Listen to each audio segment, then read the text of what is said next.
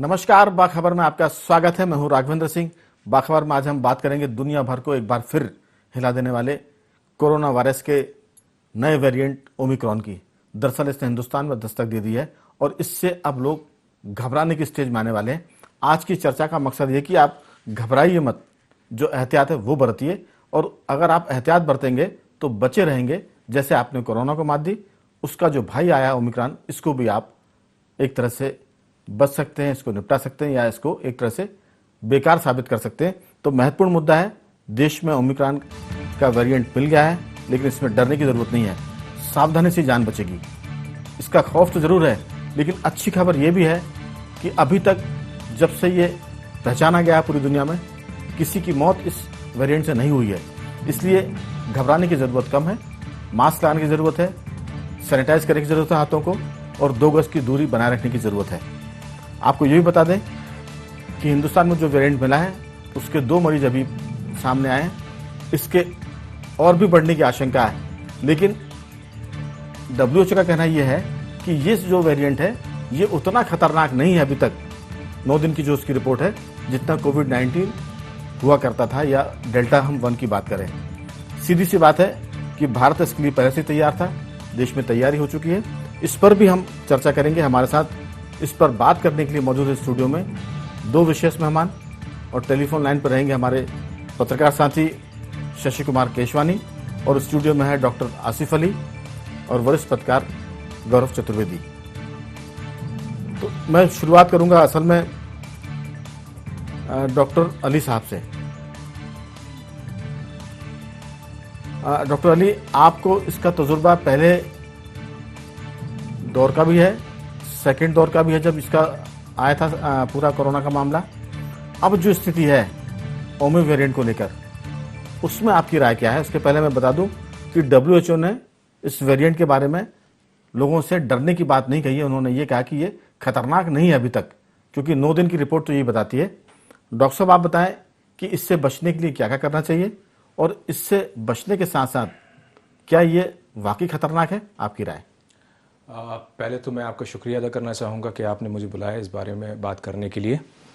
देखिए, 2 साल ऑलमोस्ट हो गए हम एक ऐसी चीज़ से लड़ रहे हैं जिसे हमने देखा नहीं है, लेकिन उससे होने वाले दुष्प्रभाव को हम देख चुके हैं, और हमारे सामने WHO ने कई गाइडलाइन जो है वो पेश की हैं कि आप इससे कैसे बच सकते हैं। WHO ने इन 2 सालों में ये नहीं बताया है कि कोई ऐसी मेडिसिन अभी आई है इस चीज़ के लिए जो इसको ख़त्म कर सकती है। तो सबसे इम्पॉर्टेंट क्या है? सबसे इम्पॉर्टेंट है कि हम इससे कैसे बच पाएंगे। इसको वेरिएंट ऑफ कंसर्न और वेरिएंट ऑफ इंटरेस्ट कहा गया है। अभी तक ये नहीं समझ में आया ये कितना खतरनाक है, और अच्छी बात ये, जैसे कि राघवेंद्र जी ने बताया, कि इससे अभी तक कोई ऐसी मौत नहीं हुई है। तो क्या चीज़ इंपॉर्टेंट है इस वेरिएंट के बारे में, वो हम उसके बारे में चर्चा कर रहे हैं।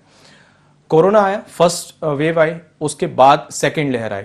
जब पहली लहर आई तो उसमें मरने वालों का आंकड़ा बहुत कम था, लेकिन जब वो डेल्टा में कन्वर्ट हुआ तो लोग बाग समझ नहीं पाए और मॉर्टेलिटी रेट बढ़ गया। बहुत तेजी से लोग बाग मरना शुरू हो गए। अब तीसरा वेरिएंट आया है जिसे हम ओमिक्रॉन कह रहे हैं। तो ऐसा क्या हम कर सकते हैं जो इस वायरस से हमें बचा पाए? इससे पहले स्पेनिश फ्लू आया था 1918 में। 1918 से 1919 तक वो वेरिएंट था, और स्पेनिश फ्लू से वर्ल्ड वाइड 50 मिलियन लोग मरे थे। उस वक्त भी साइंटिस्ट ने जो रिसर्च की उसमें ये पाया गया कि जो लोगों की मौत हुई है उनका अडॉप्टेड इम्यूनिटी स्ट्रांग नहीं थी, अडॉप्टेड इम्यूनिटी वीक थी। अब ये अडॉप्टेड इम्यूनिटी होती क्या है और इसका क्या रोल होता है बॉडी के अंदर, ये जानना बहुत इंपॉर्टेंट है। हमने देखा कि जब सेकेंड लहर आई तो जो भी लाइन ऑफ ट्रीटमेंट डॉक्टर ने एडवाइस किया उसमें एक चीज बहुत कॉमन थी, वो थी विटामिन डी इंजेक्शन फॉर्म में और कैप्सूल फॉर्म में। तो अडॉप्टेड इम्यूनिटी जो होती है वो उसे स्पेसिफिक इम्यूनिटी भी कहते हैं, और स्पेसिफिक इम्यूनिटी का मतलब होता है कि ये स्पेसिफिक वायरस या बैक्टीरिया से लड़ती है। स्पेसिफिक वायरस मतलब corona virus, delta virus, omicron virus. अगर हम बैक्टीरियल इन्फेक्शन की बात करें तो ट्यूबरक्लोसिस में जो इन्फेक्शन होता है उससे अडॉप्टेड इम्यूनिटी लड़ाई करती है। तो अगर जब हम पैदा होते हैं तो पैदा होते ही साथ हमारी बॉडी में इन्नेट इम्यूनिटी होती है जो कि सभी तरह के छोटे मोटे इन्फेक्शन से आपको बचाती है। लेकिन जैसे जैसे हम बढ़ते हैं तो हमारी बॉडी में अडॉप्टेड इम्यूनिटी डेवलप होती है और वही अडॉप्टेड इम्यूनिटी हमें इस तरह के वायरस और बैक्टीरिया से बचाती है। तो अगर आपकी अडॉप्टेड इम्यूनिटी स्ट्रांग है, और वो कैसे होगी, जब आपके बॉडी में विटामिन डी का लेवल नॉर्मल होगा। बिल्कुल डॉक्टर साहब, मैं यही आपको थोड़ा सा रोकूंगा और दर्शकों को बता दूं कि आप इस चर्चा को बहुत ध्यान से सुनिए, क्योंकि अब इस चर्चा में जो चीज आने वाली है वो आपको इस वायरस से बचाने में बहुत महत्वपूर्ण भूमिका अदा करेगी। खासतौर से वो जो डॉक्टर अली आपको बता रहे हैं, मैं उनसे दूसरे दौर की बातचीत में पूछूंगा कि ये जो विटामिन डी का मामला है ये किस तरह से आदमी को लेना चाहिए। धूप से भी मिलता है, लेकिन धूप के अलावा कैप्सूल हैं, गोलियां हैं, इंजेक्शन भी है। वो बताएंगे कि आखिर किस व्यक्ति को कितनी विटामिन डी लेना चाहिए और कैसे, और उसके बाद वो किस तरह से इस वायरस से, ओमिक्रॉन से और बाकी दूसरी बीमारी से बच सकता है। मैं आता हूं आपके पास गौरव जी। बहुत सारी बातें डॉक्टर आसिफ अली ने इसकी भूमिका में बता दी कि किस तरह से जो बॉम्बे फ्लू था वहां से शुरू हुए और अब हम ओमिक्रॉन तक आ गए हैं। ओमिक्रॉन हिंदुस्तान में भी आ गया है, लेकिन WHO ने जो मैंने जिक्र किया कि उसने कहा कि इसमें डरने की जरूरत नहीं है, एहतियात की जरूरत है। और डॉक्टर अली ने बताया कि एहतियात में आपको क्या दवा लेनी चाहिए, खासतौर से विटामिन। आपकी राय, ताकि लोग ये समझे कि इससे पैनिक होने की जरूरत नहीं है, क्योंकि लोग डर के मारे भी बहुत मरे थे। गौरव जी, पिछले अगर हम बात करें कोरोना का जो सेकेंड वेव थी, उसमें बीमारी तो थी, लेकिन लोग दहशत में भी मर गए थे। आपकी राय? राघवेंद्र जी, अगर हम कोविड-19 से लेके डेल्टा 1 और ओमिक्रॉन की बात करें तो इस दौर में जो सरकार को कदम उठाना चाहिए थे वो सरकार समय पर कदम नहीं उठा पाई, चाहे केंद्र सरकार रही हो या राज्य सरकार रही हो। क्योंकि हमने देखा कि लगातार WHO की गाइडलाइन के आधार पर वो अपनी गाइडलाइंस को और भी परिवर्तित करते रहे। कई जगह तो WHO की गाइडलाइंस का पालन भी नहीं हुआ, और हुआ राज्य स्तर पर हो, जिला स्तर पर हो। बात करें हम लॉकडाउन की हो या वैक्सीनेशन की हो, आपको मैं हालिया घटनाक्रम बता रहा हूं कि जब वैक्सीनेशन में, और डॉक्टर आसिफ साहब भी बता सकते हैं कि वैक्सीनेशन में जिन जिन को वैक्सीनेशन हुआ है उनको आधा पौन घंटे लगभग अस्पताल में रुकने के लिए निर्देश दिए जाते थे कि आपको कहीं इसका कोई अगर एडवर्स इफेक्ट आता है तो उसको वो तत्काल दूर करने का काम करें। लेकिन मैंने कई जगह पर, अभी इंदौर में, खास करके इंदौर में कैंपेन चलाया जा रहा है, और उस इंदौर में देखा है कि नगर निगम की गाड़ी में या सरकारी विभाग की गाड़ी में बैठकर स्टाफ आता है और सड़क चलते पूछता है कि आपने डोज लिया या नहीं लिया, और डोज लगा रहा है, और वो आदमी फिर वापस जाकर अपना काम करने लगता है। आखिर ये लापरवाही क्यों? इस तरीके की जो लापरवाहियां हैं उन्हें रोकना होगा। दूसरी बात, आपने बहुत अच्छी बात कही कि डर के कारण तो जो आम जनता की मानसिकता है उसे बढ़ाने की जरूरत है। सरकारी तंत्र के साथ साथ सरकार उस तंत्र पर अपने दिशा निर्देश को बनाए, अस्पतालों की स्थिति को सुधारे, और किसी भी नागरिक के मन में ऐसा भय ना हो कि ये फ्लू हमें हो गया है या ये वायरस हमारे अंदर आ गया है तो हमें दिक्कत हो जाएगी। साथ ही साथ सेल्फ आइसोलेशन पे अगर वो जाने की स्थिति को निर्मित कर लेगा तो ओमिक्रॉन हमें बहुत ज्यादा नुकसान नहीं पहुंचा पाएगा, ऐसा मेरा मानना। बिल्कुल। शशि कुमार जी, शशि केशवानी जी, दरअसल ये पूरी बात सरकार के साथ साथ जो नागरिक हैं उनकी जिम्मेदारी पर आकर अटकती है। कहीं ना कहीं अब एक हमको बेहतर नागरिक बनना पड़ेगा, क्योंकि जो लोग बहुत लिखे पढ़े हैं ऐसा नहीं कि वो बहुत जिम्मेदार नागरिक हैं। क्योंकि अभी जो शिकायतें आई हैं, जो पहला वायरस हिंदुस्तान आया था, जिन लोगों के जरिए आया था, वो लोग बाकायदा फ्लाइट से आए थे। वो सड़क चलते लोग नहीं थे कि फुटपाथ पर सोने वाले हो या झुग्गियों में रहने वाले हो। वो इतने अमीर तो थे कि जो हवाई जहाज को अफोर्ड कर सकते थे, फ्लाइट अफोर्ड कर सकते थे। उनकी गैर जिम्मेदारी से ये देश में कोरोना आया। अभी भी जो नया वायरस है ओमिक्रॉन, ये भी फ्लाइट के जरिए आया। बाहर से विदेशी जो नागरिक हिंदुस्तान आए हैं उनके जरिए आया।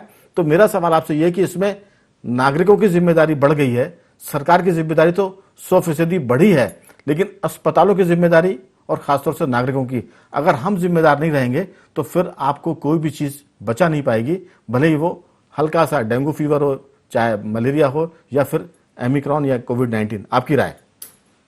राघवेंद्र जी, आप बहुत अच्छी तरह जानते हैं, मैंने कोरोना को बहुत करीब से देखा है। मैं 10 दिन खुद दूसरी लहर में हॉस्पिटल में रहा हूँ जी। लेकिन जो उसमें जिम्मेदारी है सरकार से ज्यादा लोगों की जिम्मेदारी रहती है हमेशा किसी भी चीज में। लेकिन हिंदुस्तान में जितने लोग गैर जिम्मेदार हैं उनका रवैया इतना खराब रहता है। आप आज भी कहीं भी चले जाइए, न्यू मार्केट चले जाइए, इंदौर में राजवाड़ा चले जाइए, कहीं भी चले जाइए, लोग मास्क तक नहीं लगाते, सोशल डिस्टेंसिंग नहीं करते। और वैसे भी क्या है, मैं एक बात बता दूं आपको, मैंने जितना इतिहास पढ़ा है वायरस का, तो हमेशा जो दूसरी लहर रहती है वो ज्यादा नुकसान पहुंचाती है, बजाय उसके तीसरी और चौथी लहर जो भी आती है, पांचवी लहर आती है, वो कम नुकसान पहुंचाती है। लेकिन लोग जो हैं उसको बिल्कुल हल्के फुल्के में ले रहे हैं। अभी भी आप पूरा शहर देख लीजिए, किसी होटल में चले जाइए, किसी शादी में चले जाइए, जिस तरह की भीड़ रहती है वो बहुत ही आश्चर्यचकित करने वाली रहती है कि लोगों की इतनी लापरवाही कैसे हो सकती है, इतना नुकसान भुगतने के बाद में। बिल्कुल लोगों ने दूसरी लहर में इतना नुकसान भुगता है। आप एवरेज देख लेंगे, हर व्यक्ति का कोई ना कोई अपना प्रिय व्यक्ति चला गया उससे, उसके बावजूद भी लोग उस पर जागरूक नहीं हो रहे। और अभी भी उन्हें ये लगता है ये आया है 2-4-8 दिन में डेल्टा जैसे चला गया, ये भी चला जाएगा। ये लापरवाही बहुत महंगी पड़ने वाली है। सरकार तो जिम्मेदार है ही है, लोगों को ज्यादा जिम्मेदार होना पड़ेगा, साथ में हॉस्पिटलों को बड़ी तैयारी करनी पड़ेगी इसके लिए, जो अभी तक तैयारी उनके पास नहीं है। बिल्कुल। शशि सबसे कुमार बड़ी केसवानी जी, ये मेहमान ऐसा है जो जाने वाला नहीं है, इसलिए 2-4-5 दिन एहतियात बरतने की जरूरत नहीं, बल्कि इसको लाइफ टाइम आपको अपने जीवन में लेके चलना पड़ेगा। कोरोना के साथ जीने की आदत डालनी पड़ेगी, क्योंकि ये जाने वाला मेहमान नहीं आया। मैं लौटूंगा आपके पास डॉक्टर आसिफ अली। जो बात केशवानी जी ने कही है कि इस पूरे मामले में जनता तो अवेयर है लेकिन लापरवाह है इसके बावजूद, लेकिन मैं उसी पर फोकस करना चाहूंगा कि आखिर इससे बचने के लिए शरीर में जो इम्यून सिस्टम है, प्रतिरोधक क्षमता है, वो कितनी बढ़ाई जाए और वो किस तरीके से बढ़ाई जाए। थोड़ी सी आपकी जो मेडिकल साइंस की राय है वो जरूर शेयर करें, ताकि आम भाषा में लोग ये समझ पाए कि विटामिन डी कैसे लें, टैबलेट से, इंजेक्शन से, या आप धूप में बैठकर भी उसको ले सकते हैं। क्योंकि लोग अक्सर आजकल घरों में रहते हैं, सीधे ऑफिस जाते हैं, एसी में रहते हैं और उनको धूप नहीं लगती है, और वो सबसे बड़ी इस बीमारी को बढ़ाने की वजह है। और इसके साथ साथ कई बीमारी विटामिन डी की कमी से बढ़ती है। आपकी राय कि इससे कैसे शरीर में इसको लाएं और कैसे इस वायरस से बचें? देखिए, सबसे इम्पॉर्टेंट ये है कि आजकल सभी के पास मोबाइल एंड्रॉयड हैं, टेलीविज़न लोग बाग देखते हैं और सभी सेलिब्रिटीज़ को या बड़े बड़े लोगों को फॉलो करते हैं जी। मेरा ये मानना है, पहली चीज़ तो ये इम्पॉर्टेंट है कि हम पहले लोगों को एजुकेट करें, समझाने की कोशिश करें कि इम्यूनिटी कोई प्रोडक्ट नहीं है। बेसिकली इम्यूनिटी के नाम पे बहुत सारे प्रोडक्ट हैं मार्केट में, जैसे कहा जाता है ये ले लीजिए आप, ये च्यवनप्राश ले लीजिए, जो भी आते हैं प्रोडक्ट्स, आप ये ले लीजिए, आपकी इम्यूनिटी इंप्रूव हो जाएगी। इम्यूनिटी इतना छोटा प्रोडक्ट नहीं है जो आसानी से बढ़ाई जा सके, लेकिन इतना बड़ा प्रोडक्ट भी नहीं है जो नहीं लिया जा सके। जैसे कि सभी लोग जानते हैं, हम इसे सनशाइन विटामिन कहते हैं, विटामिन डी को, जो हमें सूरज की रोशनी से मिलता है। लेकिन प्रॉब्लम यह है कि आजकल हमारी जो लाइफ स्टाइल है, वो लाइफ स्टाइल इस जो विटामिन डी है, या मैं इसे हार्मोन भी कहता हूं, बेसिकली हार्मोन इसलिए क्योंकि बॉडी ये खुद बनाती है और पूरी बॉडी को प्रोटेक्ट करने के लिए ये हार्मोन पूरी बॉडी में सिक्रीट होता है। तो ज़रूरी ये है कि पहले हमें ये जानना ज़रूरी है कि हमारे बॉडी में विटामिन डी है कितना।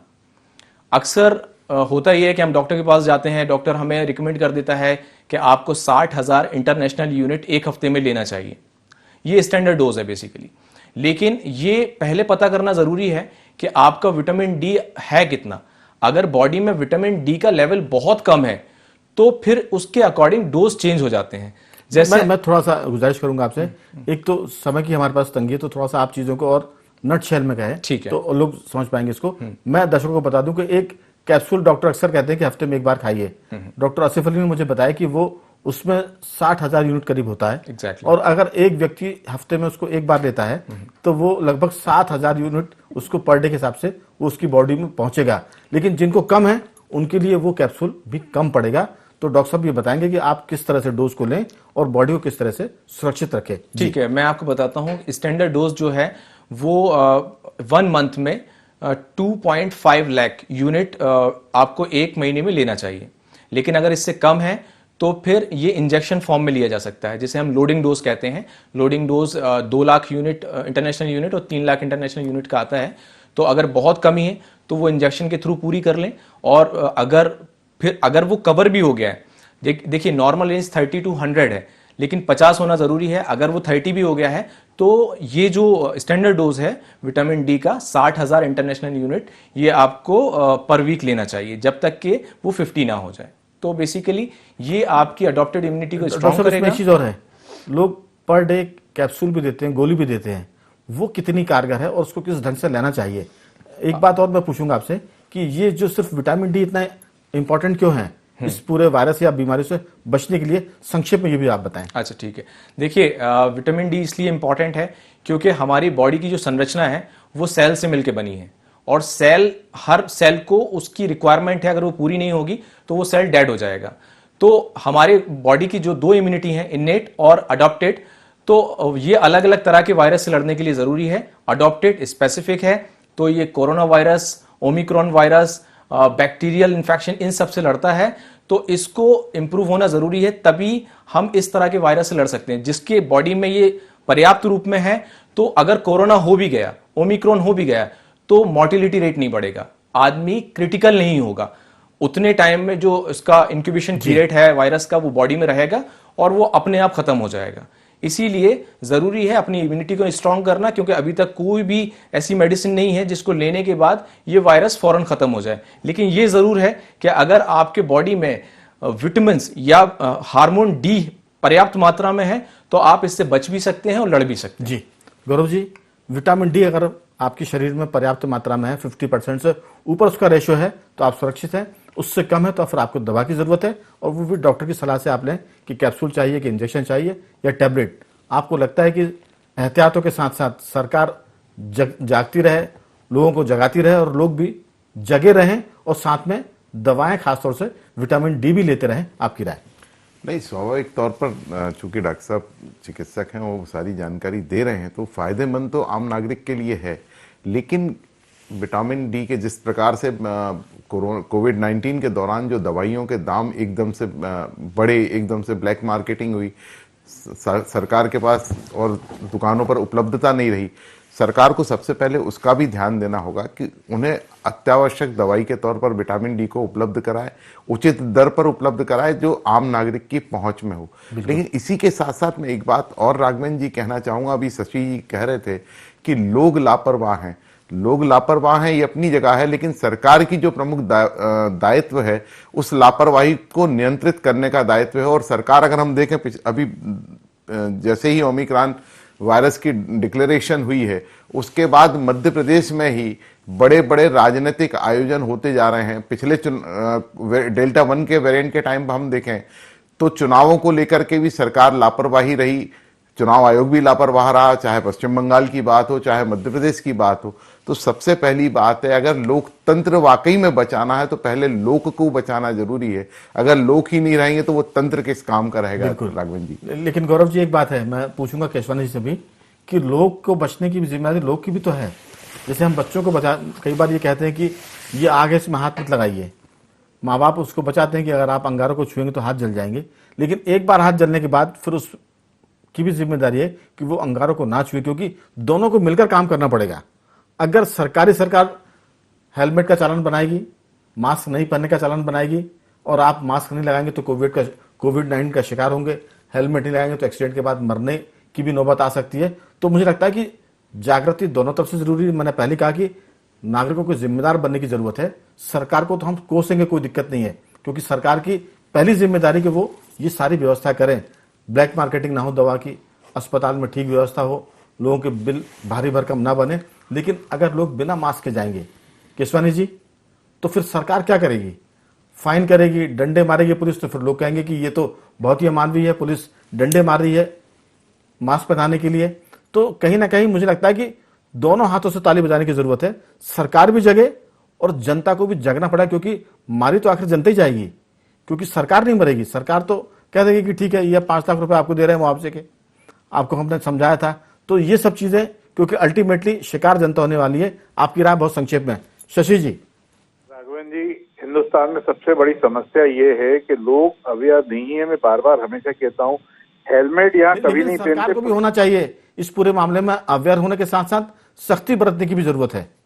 बिल्कुल बिल्कुल, अवेयर तो होना ही चाहिए, सख्ती भी होनी चाहिए। आप देखिए, हेलमेट जो है कभी नहीं पहनते, पुलिस को देख के पहनते हैं, कार में जाते हैं सीट बेल्ट नहीं लगाते, पुलिस वाले को देख के लगाते हैं। तो हिंदुस्तानी आदमी की सोच ही वो हो गई है कि ये सब चीजें मैं करूंगा, कानून यहाँ पे ये इसलिए होता है कि ये तोड़ना है। अगर आज इसके ऊपर चालान बना रही है, 500 रुपए जुर्माना कर रही है, तो उसमें वो बिल्कुल ठीक है, करना ही चाहिए। भय बिन प्रीत नहीं, भय के बिना होगा ही नहीं, क्योंकि लोगों ने मास्क लगाना छोड़ दिया है, सोशल डिस्टेंसिंग छोड़ दी है। सरकार भी एक सीमा तक सख्ती कर सकती लेकिन है। शशि कुमार जी, सवाल उठेगा, गरीब आदमी भोजन की व्यवस्था नहीं कर पा रहा, 500 का फाइन कहां से भरेगा? अलग बात है कि वो बीमार पड़ने पर 2 लाख रुपए का बिल दे दे, लेकिन 500 के फाइन पर भी ऐतराज होगा, पुलिस की सख्ती पर भी ऐतराज होगा, क्योंकि मानवीयता का इसमें मसला सामने आने वाला है। इसलिए दोनों को जगने की जरूरत है, मुझे लगता है।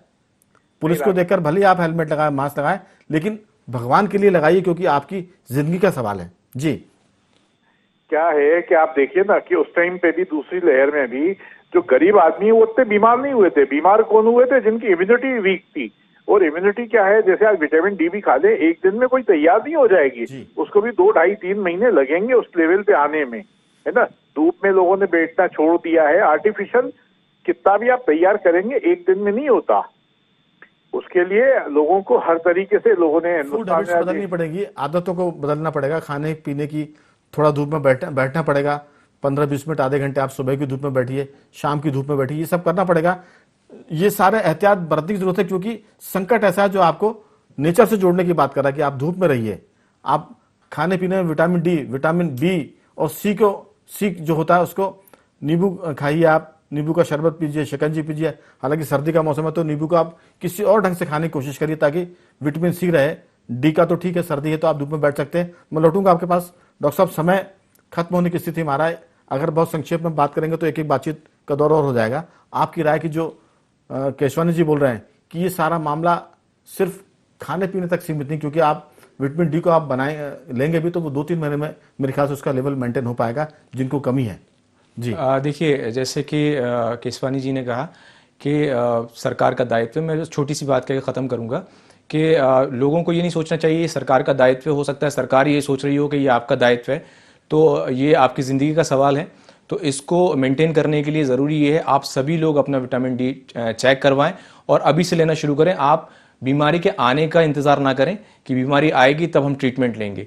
आप पहले से इसके लिए तैयार रहें, स्ट्रांग रहें, तभी आप इससे लड़ सकते हैं। डॉक्टर साहब, एक चीज़ और है कि जिनको विटामिन डी भी है मान लो बॉडी में, तो वो कम से कम खाने पीने में विटामिन बी को भी देखे, विटामिन सी को भी देखे, विटामिन ई की भी बात करें, क्योंकि कंप्लीट जब चीजें आपकी बॉडी में रहेगी तब आप बेहतर आदमी हो पाएंगे, स्वस्थ हो पाएंगे। सारे विटामिन बहुत इंपॉर्टेंट हैं। ये इसलिए मैं डी के बारे में बात कर रहा हूं कि बॉडी के अंदर 2 सेल होते हैं, टी और बी, वो इस तरह के वायरस से बचाते हैं और वो डी से ही बनते हैं। तो इसीलिए डी लेना इंपॉर्टेंट है, B12 भी लेना बहुत इंपॉर्टेंट है, विटामिन सी भी जरूरी है, जिंक भी बहुत इंपॉर्टेंट है। तो अगर आप जैसे सरकार टीबी के लिए लोगों के घर घर मेडिसिन पहुंचाती है, अगर वो इस तरह का कोई कार्यक्रम चलाए कि विटामिन डी लोगों के घर घर तक पहुंचाए या उन्हें अवेयर कराए कि ये तो आपको लेना ही है, तो वो आसान होगा। ये भी पैंडेमिक है बेसिकली, विटामिन डी की कमी भी पैंडेमिक है, पूरी दुनिया में है। तो पूरी दुनिया में है तो इस पे भी वैसे ही काम करना होगा जैसा ट्यूबरक्लोसिस टीबी के ऊपर की जाती है कि लोगों को डॉट के थ्रू लोगों के घर तक पहुंचाई जाती है दवा और उन्हें खिलाई जाती है। वैसे ही आप विटामिन डी के लिए सरकार कर सकती है। अगर हम इतने ही जागरूक हो गए तो हो सकता है कि हम आने वाली बहुत बड़ी परेशानियों से बच सकें। एक बात और, अगर ये सब चीजें आपके शरीर में आ गई तो फिर न केवल कोरोना वायरस से आप बचेंगे बल्कि बहुत सारी जो रोजमर्रा की तकलीफ आपको होती है इन सारी विटामिन की कमी से, वो भी आपके शरीर से जाएंगी और आप एक बेहतर जिंदगी जी पाएंगे सेहतमंद होकर। एग्जैक्टली जी, गौरव जी। स्वाभाविक तौर पर जो आसिफ अली साहब राय दे रहे हैं वो बहुत इंपॉर्टेंट है। शशि जी ने भी जो बात कही कि एकदम से नहीं बनता है तो उसे हम इंतजार ना करें, तत्काल लेना शुरू करें। और खान पान के साथ साथ जो जीवन शैली है, जो सबसे बड़ी बात है मानसिकता, कि हम डरे ना। खाने पीने से हमारे शरीर के अंदर पौष्टिक आहार जरूर हो जाएंगे, लेकिन अगर हम अचानक इस बीमारी से डरने लगेंगे तब सबसे ज्यादा दिक्कत आएगी। तो इससे डरने से बचने की भी जरूरत है। और इसको लेकर भी अगर छोटे छोटे कैंपेन अगर सभी वर्ग के लोग अगर चलाएंगे तो मुझे लगता है कि इस बीमारी से लड़ने में आसानी होगी। हमारी ये डिबेट भी उस कैंपेन का हिस्सा है। हम चाहते हैं कि लोग कम से कम इतने जागरूक हो जाएं कि सेहतमंद रहने के लिए विटामिन लें, और जरूरी नहीं कि कोरोना से बचें। बहुत सी रोजमर्रा की बीमारी होती है, हड्डी की तकलीफ होती है, विटामिन बी की वजह से आंतों में भी प्रॉब्लम हो सकती है, विटामिन सी आपकी और दूसरी चीजों को ठीक करेगा। केशवानी जी, बहुत संक्षेप में आपकी राय 10-20 सेकंड में, आखिरी राय। सबसे पहले सोशल डिस्टेंसिंग का पालन करना चाहिए लोगों को, सरकार को लोगों को अवेयर करना चाहिए, और मीडिया की भी जिम्मेदारी है कि लोगों को जागरूक करे और लोगों को खुद भी जागरूक होना चाहिए, अपना लाइफ स्टाइल बदलना चाहिए, लेकिन डरना नहीं चाहिए। आधे लोग तो क्योंकि पिछले पेंडेमिक में डर से मर गए थे, तो डर से आगे रहना चाहिए, डर से ऊपर रहना चाहिए, बिल्कुल। और लोगों को नियमों का पालन करना। बिल्कुल केशवानी जी, जो डर गया सो मर गया, इसलिए डरने की जरूरत नहीं है। सबको इस पूरे मामले में एहतियात बरतने की जरूरत है और अपने खान पान को बदलने की जरूरत है, और सेहतमंद रहे इसके लिए अपने खाने पीने में वो चीज शामिल करें जो आपके शरीर को विटामिन दे। विटामिन डी, सी और बी की भी हम बात करते हैं, जो आमतौर से बहुत चलन में है, और ये कम से कम अभियान के तौर पर सबको करनी चाहिए। मैं तीनों मेहमानों का बहुत धन्यवाद करूंगा। शशि कुमार आपका भी, डॉक्टर आसिफ अली आपका भी, और गौरव जी आपका भी बहुत बहुत शुक्रिया कि आपने चर्चा में हिस्सा लिया। दर्शकों को बता दें कि इस पैंडेमिक में हर आदमी ने अगर देखे तो कुछ ना कुछ खोया है, अपने परिजनों को, अपने मिलने वालों को, रिश्तेदारों को। तो इसमें डरने की नहीं बल्कि सतर्क रहने की जरूरत है। बाखबर में सिर्फ इतना ही। कल किसी और मुद्दे पर आपसे बात करेंगे, तब तक बने रहिए हमारे साथ और देखते रहिए IND24।